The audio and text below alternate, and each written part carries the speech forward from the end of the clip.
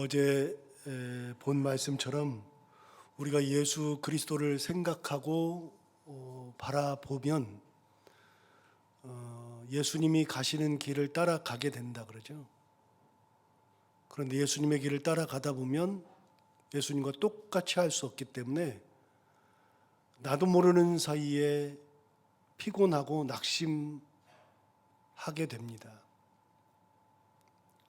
우리가 한 가지 일을 가지고 계속 기도하다 보면 낙심할 때가 많죠. 포기할 때도 많죠. 어려운 고난이 있으면 그걸 이겨내려고 하다가 몸부림치다가 어느 순간에 보면 고난에 질 때도 많죠. 나도 모르게 피곤하고 낙심하게 되는 겁니다. 근데 우리는 예수 그리스도를 바라보니까 주님처럼 가야 된단 말이죠. 그럼에도 불구하고 우리는 자꾸만 그렇게 되니까 어제 말한 것처럼 너희가 피곤하여 낙심하지 않기 위하여 죄인들이 이같이 자기에게 거역한 일을 참으신 일을 생각하라 그랬죠. 주님은 거역한 이들, 죄 지은 자들을 위해서 내려오셨는데 정작 그 죄 지은 사람들이 예수님을 또 죽였단 말이죠. 그들을 위해서 사랑해서 내려오셨는데 그들의 사랑으로 죄를 없애주겠다는데 그 사람들이 예수를 십자가에 못 박았죠. 종교 지도자라고 세워놨더니 그 사람들이 그렇게 했죠. 율법학자라고 만들어놨더니 그 사람들이 예수님을 십자가에 못 박게 했죠. 제자라고 세워놨더니 그 제자들이 예수님을 다 배반하고 제자 중에 최고의 제자, 수제자라고 여겨졌던 베드로는 예수님이 잡히시던 날 밤에 예수님을 부인, 저주, 맹세까지 하는 폐륜을 저질렀죠. 주님은 그것까지도 다 참았습니다. 자기를 거역하는 이들을 참으신 예수 그리스도. 도저히 불가능할 것 같은데 그런 예수님께서 그렇게 가셨던 거를 생각해 봐라. 너 피곤하지, 낙심되지, 여기서는 포기하고 싶으지, 고난을 이겨내기가 힘들지. 그래서 포기하고 싶을 때 최후의 순간에 뭘 생각하냐면 우리 주님, 십자가를 지신 주님. 우리가 싸움을 하되 피 흘리기까지는 싸우지 않더라. 그런데 예수님은 피 흘리면서도 용서하시더라. 그거를 생각하면 된다. 예수님이 그렇게 징계를 받고 채찍질을 받으셨는데 그건 누구에게만 주는 거냐? 하나님이 예수님이 아들이니까 주시는 거더라. 징계는 아무나 받는 것이 아니라 아들에게만 주시는 것이 징계 아니냐. 주님이 그런 징계와 채찍질로 그 길을 가셨다. 하나님이 너희들을 아들로 삼으셨으니 너희가 징계받는 것이 마땅하다. 징계가 없으면 사생하다. 어제 거기까지 얘기를 했잖아요. 그래서 7절, 8절 한번 다시 볼까요? 어제 봤던 말씀인데 너희가 참으면 징계를 받기 위함이라 하나님이 아들과 같이 너희를 대우하시나니 어찌 아버지가 징계하지 않는 아들이 있으리요. 8절 징계는 다 받는 것이거늘 너희에게 없으면 사생자요 친아들이 아니니라. 징계는 친아들에게만 한다. 그 입양하신 분들 주변에 좀 있어서 얘기를 들어보면 입양을 하잖아요. 그럼 내 자식처럼 똑같이 키운답니다.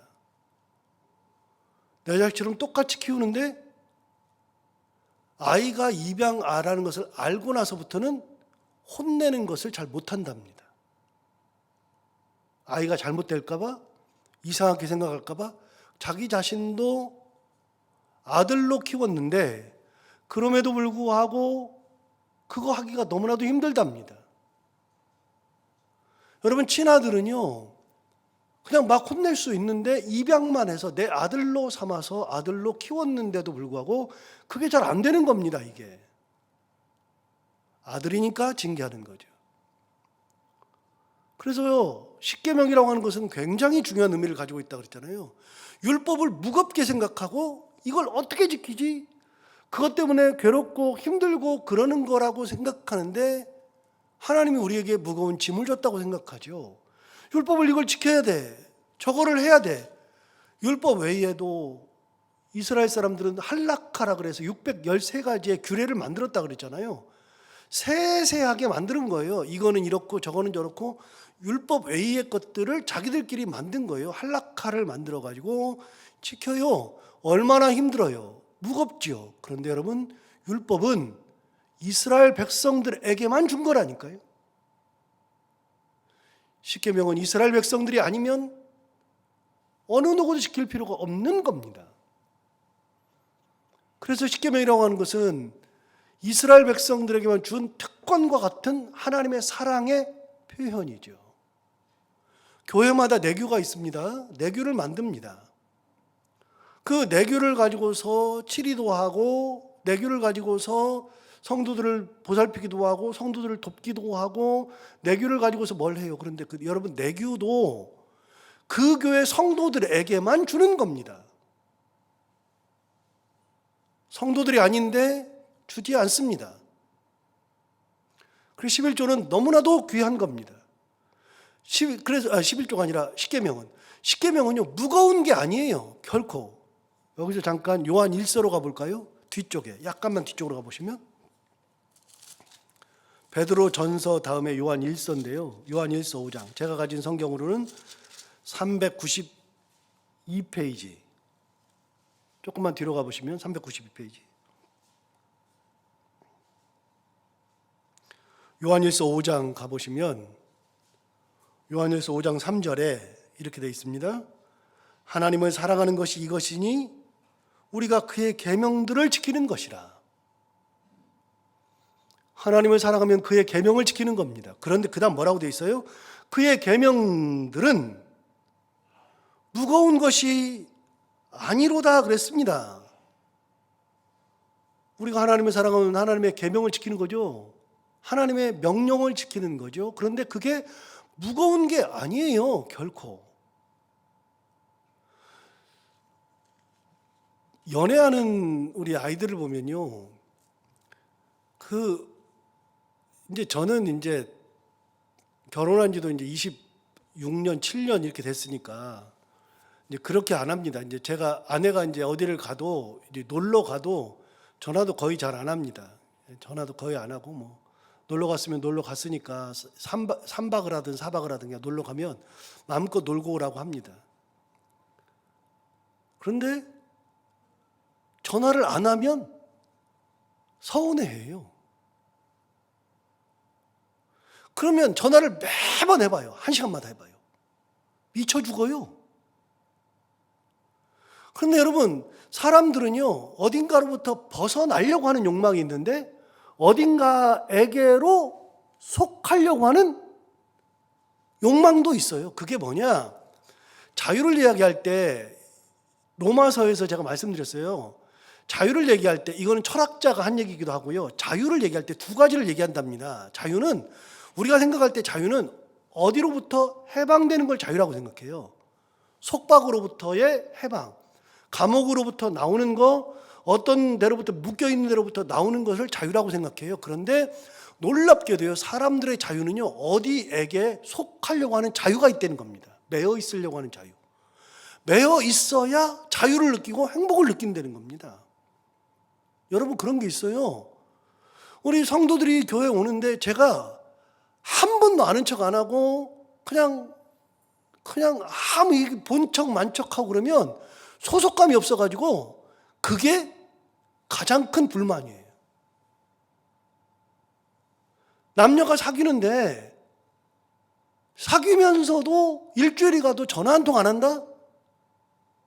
견딜 수가 없습니다. 그래서 적당히 나를 구속해 주기를 원합니다. 그런데 더한 거는요, 내가 스스로 구속대로 들어가요. 거기에 기쁨으로.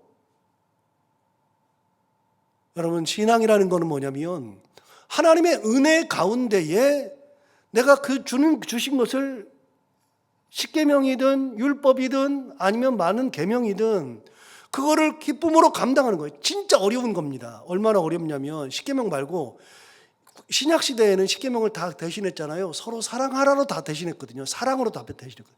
사랑이 얼마나 어렵습니까? 무거운 짐과 같죠. 그런데 하나님을 사랑하면, 진짜 사랑하면 하나님 사랑하는 것이 어렵지 않습니다.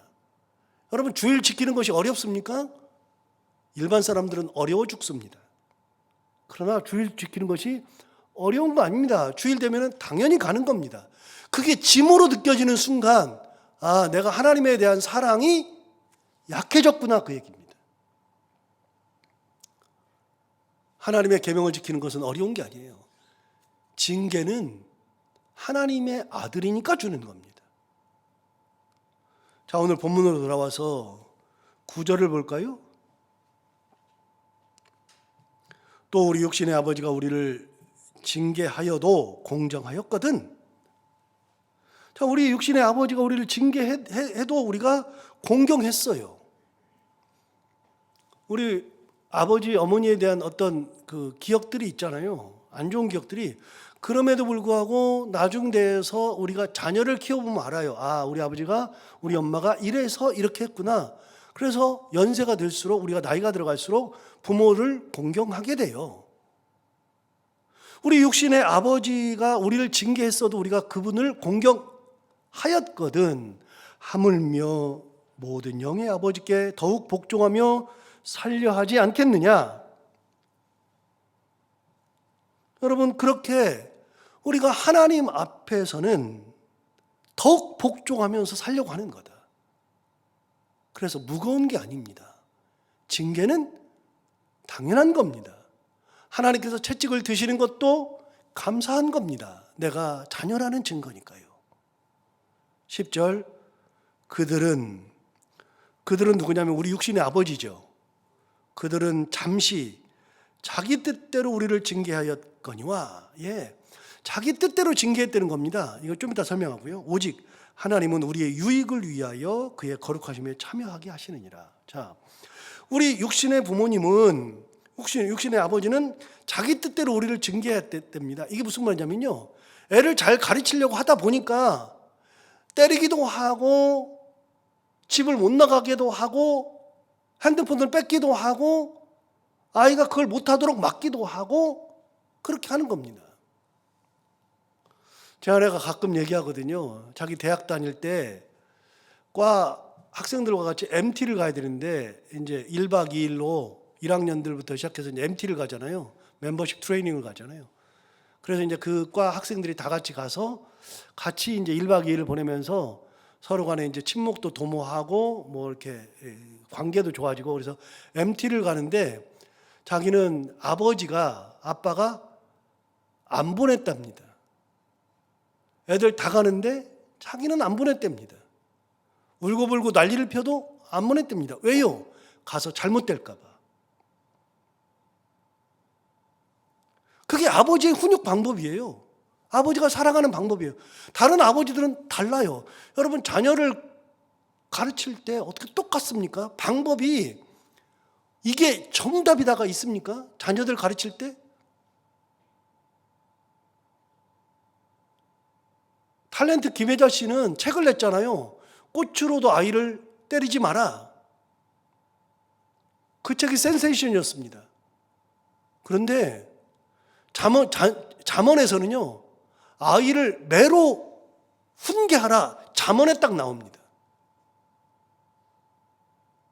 그럼 아이를 매로 훈육하라고 하는 것과 꽃으로도 아이를 때리지 말라는 것은 상충되잖아요. 뭐가 정답입니까?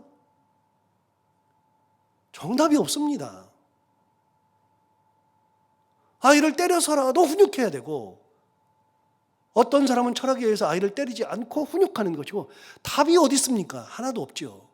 요즘에 자녀 교육에서는 1인자로 텔레비에 나오는 분이 오은영이라는 박사님이잖아요. 정신과 의사. 그분은 대화로 가능하답니다. 가능하겠죠. 그분이 하는 것은 대화로 가능합니다. 얼마든지. 근데 그분은 그 분야에서 공부를 오랫동안 했으니까 자기 나름대로의 철학과 교육적인 측면을 고려해서 그런 얘기를 하는데요. 우리 일반 사람들이 그렇게 공부를 오래 합니까? 자녀를 다 이해합니까? 자녀들을 상담받으러 온 사람들이 오은영 박사 한 얘기를 듣고서 깜짝깜짝 놀래요. 저도 그분의 얘기를 들을 때마다 아, 저렇게 생각할 수 있구나, 저렇게 할 수 있구나 라는 것을 저도 생각해요. 저도 교육학이라 그러면 나름대로 뭐 공부도 좀 했고 괜찮아요. 그런데 그분이 가지고 있는 독특한 시각을 볼 때마다 아, 저렇게 얘기하네, 저렇게 볼 수 있네, 아이들의 마음을 저렇게 읽을 수 있네, 많이 배웁니다. 여러분, 그분은 때리지 않고 아이들의 마음을 읽으면서 훈육하면 된답니다. 그런데 그분이 옛날에 우리 아이가 달라졌어요를 찍을 때, 지금으로부터 몇 년 전에 그걸 찍을 때는요, 아이를 훈육하다가 말로 안 되면은요, 어떻게 했는지 압니까? 여러분, 기억 안 나세요? 할 때요, 아이를, 조그만 아이를 딱 앉혀놓고요, 아이 발 위에다가 본인 발을 딱 얹어요. 아이를 꼼짝 못하게. 그리고 손을 꽉 잡아요. 아이가 움직이지 못하게. 막 욕을 하고 침을 뱉고 아이가 별짓을 다 하려고 해도 절대로 안 놔줘요. 힘으로 제압을 해요. 저는 그런 훈육 방법을 본 적이 없어요. 들어본 적도 없어요. 그런데 그분은 아이가 자기 의도적으로 엄마를 때리고 이상한 짓을 하려고 그럴 때 아이를 완전히 발을 올려놓고 아이를 꼼짝 못하게 손을 꽉 잡아서 아무 짓도 못하게 합니다. 욕하고 침 뱉는 거 외에는 못해요. 그런데 그렇게 해서 아이가 분노가 막 끝까지 끌어올릴 때 10분이건 20분이건 아이가 차분해질 때까지 끝까지 잡고 있으면 아이가 자기 힘으로 안 된다는 것을 깨닫는 순간에 그때부터 부모의 말을 듣기 시작한다는 겁니다. 말도 안 되는 거잖아요. 그런데 그 아이가 순해집니다. 엄마한테 지는 것을 배우는 순간부터. 아이가 내 고집대로 안 된다는 것을 아는 순간부터 훈육이 됩니다. 저는 처음 듣도 보도 못한 방법이었습니다. 여러분, 자녀를 가르칠 때, 자녀를 훈계할 때 답이 있습니까? 저도 우리 자녀를 가르치는데 답이 없어요. 답이 없는데 철학을 가지고 가르치는 거죠. 철학을 가지고. 답이 없어요. 그런데 부모가 자녀를 양육할 때는 자기의 뜻으로, 자기 철학으로 양육해요. 아이가 상처를 받기도 하고 아이가 그것 때문에 분노가 크기도 하고 평생 동안 트라우마를 가지기도 하고, 그런데 커서 보니까 아, 우리 엄마가 우리 아빠가 나를 사랑해서 이런 거구나를 깨달는 거예요. 나중에서야 깨닫는 거예요. 그때서야 아, 부모의 뜻을 이해하고 공경하게 되는 거죠. 자, 사람은 그렇게 할 수 있다는 겁니다. 여러분 10절을 다시 보세요. 그 얘기하는 겁니다. 그들은 잠시 자기 뜻대로, 부모들은 잠시 자기 뜻대로 우리를 징계해요. 잘못하면 때리기도 하고, 어떤 때는 집을 내보내기도 하고, 어떤 때는 머리를 잘라버리기도 하고, 별짓을 다 하고, 어떤 때는 뭘 사주기도 하고, 어스르기도 하고, 자기 뜻대로, 자기 철학으로 우리를 징계하였거니와, 그 다음 뭐라고 되어 있냐면 오직 10절 하반절, 하나님은 우리 유익을 위하여 그의 거룩하심에 참여하게 하시느니라. 하나님의 징계는 어떤 때는 하나님도 때리기도 하시고, 어떤 때는 고난도 주시고, 어떤 때는 일이 풀리지 않도록 꽉 막기도 하시고, 어떤 때는 비틀기도 하시고, 어떤 때는 기도의 제목을 응답하지도 않으시고, 어떤 때는 모른 척하기도 하시고, 어떤 때는 그러다가도 길을 활짝 열어주기도 하시고, 별것을 다 해요. 방법은 여러 가지인데 그 모든 것들이 뭐냐? 우리의 유익을 위하여. 징계도 우리의 유익을 위하여. 우리의 유익을 위하여 그의 거룩하심에 참여하게 하시느니라. 예. 우리가 거룩하게 될 수 있도록 하나님께서 우리에게 주시는 가장 근거는 거룩한 삶. 세상에 밟도록, 세상에서 손해보지 않도록 그런 게 아니라 우리를 거룩한 삶으로 인도하시기 위해서. 손해는 보도 괜찮고, 나누어도 괜찮고, 희생해도 괜찮은데 그런 것들을 통해서 우리를 거룩하게 만드시고 하나님의 성품으로 나아가게 하시고, 그래서 하나님의 뜻대로 살게 하시는 귀한 것, 그게 하나님이 우리를 위하여서 주시는 징계, 채찍질이라는 겁니다. 그것도 자녀에게만 주시는 거. 자녀가 아니면 절대로 주지 않습니다. 11절 볼까요? 11절. 무릇 징계가 당시에는 즐거워 보이지 않고 슬퍼 보이나. 예. 여러분, 맞고서 좋은 사람이 어디 있습니까? 일이 안 풀려서 좋은 사람이 어디 있습니까? 꼬여 있는데 좋을 사람이 어디 있습니까? 그런데 그런 것들이 당시에는 즐거워 보이지 않고 슬퍼 보이나. 그다음 뭐라고 되어 있냐면 후에 그로 말미암아 연단받은 자들은 의와 평강의 열매를 맺느니라.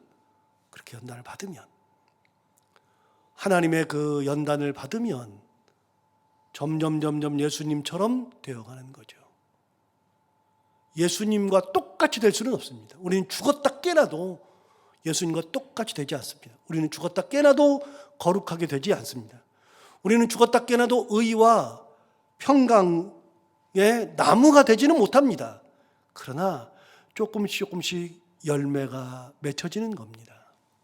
1년이 지나고 2년 지났을 때, 3년 지났을 때, 한번 이렇게 과일이 맺어졌을 때 조그만 게 맺어졌다가 점점 좋은 열매를 맺는 나무와 같이 하나님의 연단을 받는 거죠. 그렇게 되다 보면 된다는 겁니다. 여러분, 시편 16편 한번 가볼까요? 시편 16편. 제가 가지고 있는 성경으로 구약성경 812페이지 812페이지.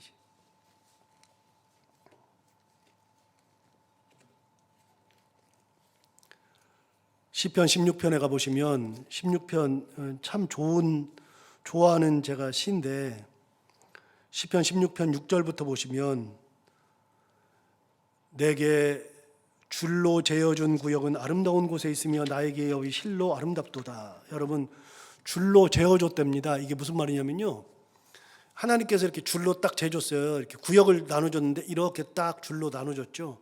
나는 거기서만 살아야 돼. 답답해요. 다른 데로 못 가. 네 구역은 여기야. 줄로 딱 재줬어요. 벗어나면 안 돼. 저기 나가면 안 돼. 다 통제의 구간이죠. 생각해보면 통제의 구간이에요. 그런데 그 줄로 재어준 구역이 어디에 있다고요? 아름다운 곳에 있다는 겁니다. 하나님의 은혜의 구역, 하나님의 사랑의 구역. 내가 너를 사랑하니까 여기에 있어. 뒤집어 생각하면 나를 왜 여기다 가둬가 되는데, 다윗은 하나님이 내게 줄로 주어줬대요. 이 시가 광야에서 지은 시입니다. 광야에서 다윗은 광야 생활만 10몇 년을 했습니다. 도대체 저기 가서 따뜻한 밥 먹고 싶고 편안하게 잠자고 싶고 옷 좋은 거 입고 싶고 호의호식 하고 싶은데 다윗은 광야에다가 딱 집어넣어놨습니다. 얼마나 답답해요. 근데 다윗이 얘기합니다. 내게 줄로 재어준 구역은 아름다운 곳에 있다. 하나님의 섭리가 여기 있고 은혜가 여기 있고 사랑이 여기 있으니까 내게 줄로 재어준 구역은 답답한 구역이 아니라 은혜의 구역이다. 자, 7절을 보세요. 7절 이렇게 얘기합니다. 나를 훈계하신 여호와를 송축할지라 밤마다 내 양심이 나를 교훈하도다. 하나님이 광야 생활하는 동안에 다윗을 훈계한답니다. 이렇게 저렇게. 자, 제가 진 에드워즈가 쓴 세왕 이야기를 해드린 적이 있는데요. 세왕 이야기라는 책은 제가 대학 때 본 책인데 지금까지도 기억 남는 아주 저에게는 참 이 양반의 그 심리학적인 접근이 대단하구나라는 책을 제가 읽었는데, 새 왕 이야기에는 사울 왕 이야기, 그 다음에 다윗 왕 이야기, 다윗 왕의 아들이었던 그 압살롬, 자기가 왕이라고 했던 그 압살롬 이야기, 새 왕에 대한 이야기인데요. 다윗이 사울 왕을 대하면서 이 하나님 앞에 기름 부음을 받고 왕이 된다고 했는데 그러고서 15년을 도망다니잖아요. 어려서부터 30살 될 때까지 10몇 년을 도망다니는데, 도망다닐 때 얼마나 짜증나요? 얼마나 억울해요? 내가 뭘 잘못했다고 나를 창을 들어서 죽이려고 그래? 던져서 죽이려고 그래? 나를 왜 죽이려고 3,000명씩이나 나를 데리고 다녀? 이것 때문에 다윗이 엄청나게 스트레스 받고 열도 나고 짜증도 나고 그랬을 거랍니다. 그런데 다윗이 사울이 창을 가지고서 다윗에게 던졌을 때 다윗이 2번 피했습니다. 그 창이 벽에 확 박혔습니다. 한 번 피하고 어느 날 또 한 번 피하고 그래서 2번이나 피할 정도로 그랬는데 그때 진 에드워즈라고 하는 분이 생각하기를 사울이 창을 가지고 던졌을 때 그 창이 박혔으면 거꾸로 그 창을 뽑아가지고 당신이 나를 왜 죽여? 그러면서 그 창으로 사울을 죽였을 수도 있다는 겁니다. 그런데 다윗은 그걸 안 하고 피해서 도망다니면서 하나님의 훈계를 받고 하나님의 섭리 가운데서 살았다는 겁니다. 그러면서 진 에드워스가 생각한 게 뭐냐? 만약에 다윗이 자기를 던졌던 그 창, 박혔던 창을 뽑아가지고 사울을 죽였다면 다윗은 왕이 되지 못했을 것이다. 성군이 되지 못했을 것이다. 왜냐하면 그 기간 15년 동안에 자기를 찔러 죽이려고 했던 그 칼, 광야 생활 그런 걸 하면서 자기 속에 있는 자기도 사울과 같은 분노가 있고 미움이 있고 그 싫어하는 마음이 있는데 그거를 뽑아가지고서 했으면 똑같이 분노하고 똑같이 미워하고 그러면서 하나님께 쓰임받지 못했을 것이다. 그래서 그런 15년 동안을 다윗이 도망다니면서 진 에드워스가 보기에 다윗은 다윗 안에 있는 사울을 뽑아내는 작업을 했다. 다윗 안에 있는 사울의 분노, 자기의 분노를 뽑아내고 미워함을 뽑아내고 사람을 죽이려고 하는 것을 다 뽑아내고 난 다음에 다 뽑아지니까 30살 됐을 때 하나님께서 너에게는 이제는 안 보이네. 너는 이제 괜찮네. 너는 이제 쓸만하네. 그러니까 하나님께서 그를 데려다가 왕으로 쓰셨다는 겁니다. 그게 뭐요? 훈계. 너 사람 미워하면 안 돼. 분노하면 안 돼. 그걸 뽑아내는 겁니다. 하나님의 훈계가 그런 겁니다.